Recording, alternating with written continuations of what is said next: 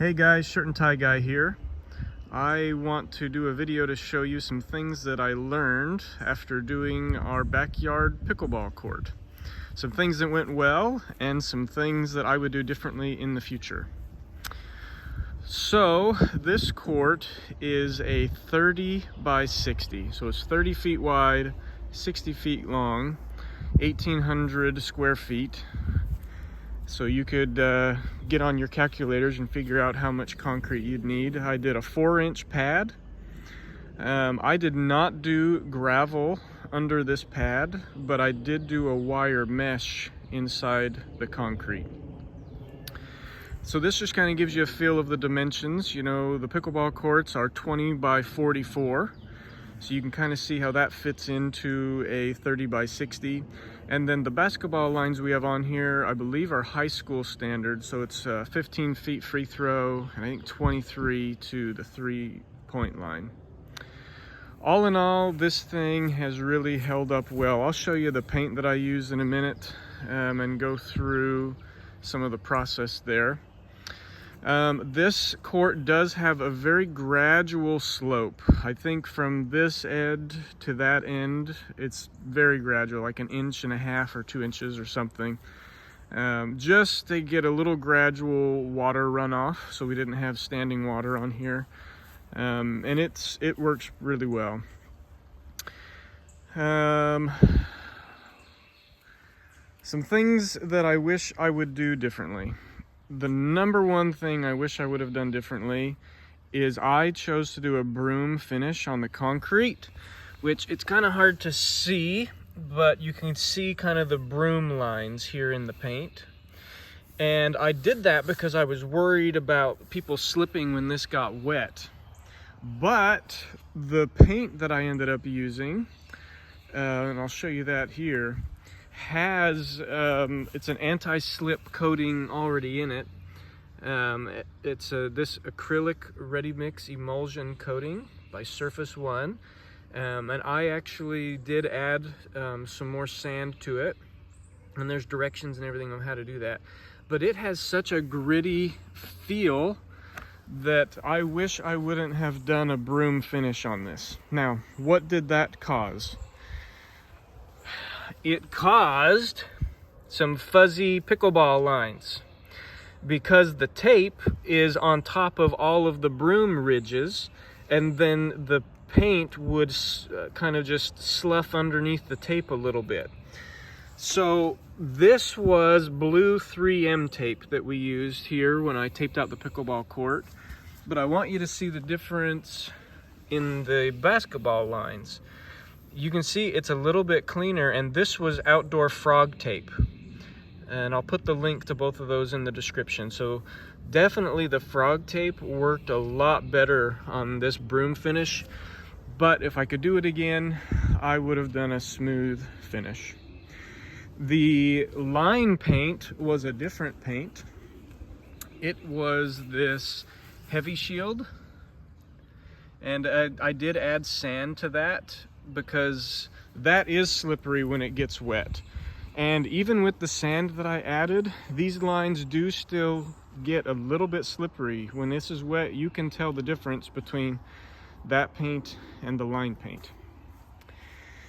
So there's just some feedback and some things I learned on the paint.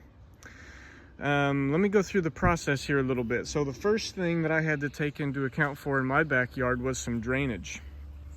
So we get a lot of water that runs down the hill and runs down into this, well, it used to run all the way down here to the creek. So I had to kind of grade everything and have it run to this drain. Then there's a pipe that runs underneath the court and it pops out down there.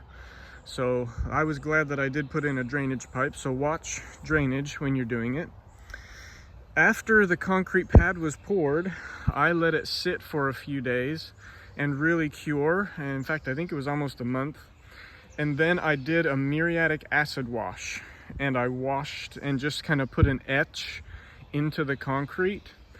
And that was all done before I applied multiple coats of this paint. Now, this paint is 3 years old, and it has held up pretty good, actually. You can see some places where my kids, they'll ride their bikes out here, and so this is where maybe they tipped over a bike and it did chip off a little bit, but that's no problem. You can just do a little touch up on that. It's held up really well. I do have to come out and pressure wash it every year.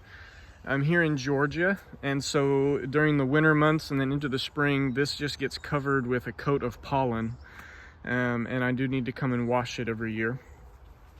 After I acid washed it, what I did is I used some concrete filler. It's an expandable crack filler for concrete that you can pick up at Home Depot, and I filled all of my cut joints. And you can see with expansion and contraction, those are starting to peel apart. So really this is due for another coat of some crack filler. And I could probably next year, I'll do a whole nother coat of paint just to help with the maintenance. And you can see it even here a little bit with this expansion stuff, how it's just kind of popping that and popping the paint a little bit. Look at how fuzzy. Drives me nuts. I'm gonna try to clean it up when I do a recoat on this. So, man, I can't think of much else I would have done different here. Something I was super glad that we did is I did add these notches here at center court. That just helps us know where to put the pickleball net. We've had that one for 3 years, and it's just about had it. It stays outdoors all the time. And just the other day my kids snapped this off, and anyway, I gotta tape that back together. But we play out here all the time. We've got people from the neighborhood, people from our church that come over. This thing gets used all the time, and it's held up really, really well. Now, as far as lighting, I got really fortunate and I found this Goalrilla basketball goal. Somebody bought like a storage unit and they had one of these sitting in there, and so I got it from a guy who buys storage units and then resells the stuff in it. And then I purchased this Goalrilla light, and it's phenomenal. You can see how far it hangs up over the court, and it lights up the whole court easily and without messing too much with my neighbors, because it's just pointed straight down. Now, I did not run an electrical line yet, so it's just when we want to plug it in, I just have an extension cord up there. But I've seen people that'll put little battery boxes and whatever they want to do here to power up the light. But this thing's been fantastic as well.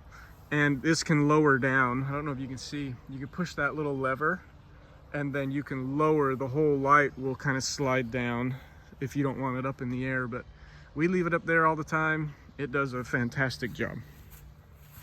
A little bit of chipping here on the edge where I come through with my edger and my metal blade edger for the grass. So that's something to keep in mind. We've thought about putting a fence around it because when the pickleballs get flying around, but honestly the grass stops them so well.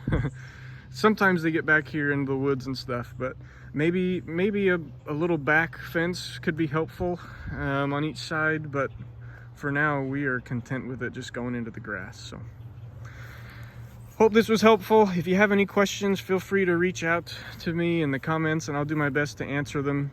Again, this is a 30 by 60 court, and then you can just kind of see how it lays out with the pickleball and basketball lines. Enjoy, make it a wonderful day, and we'll see you later.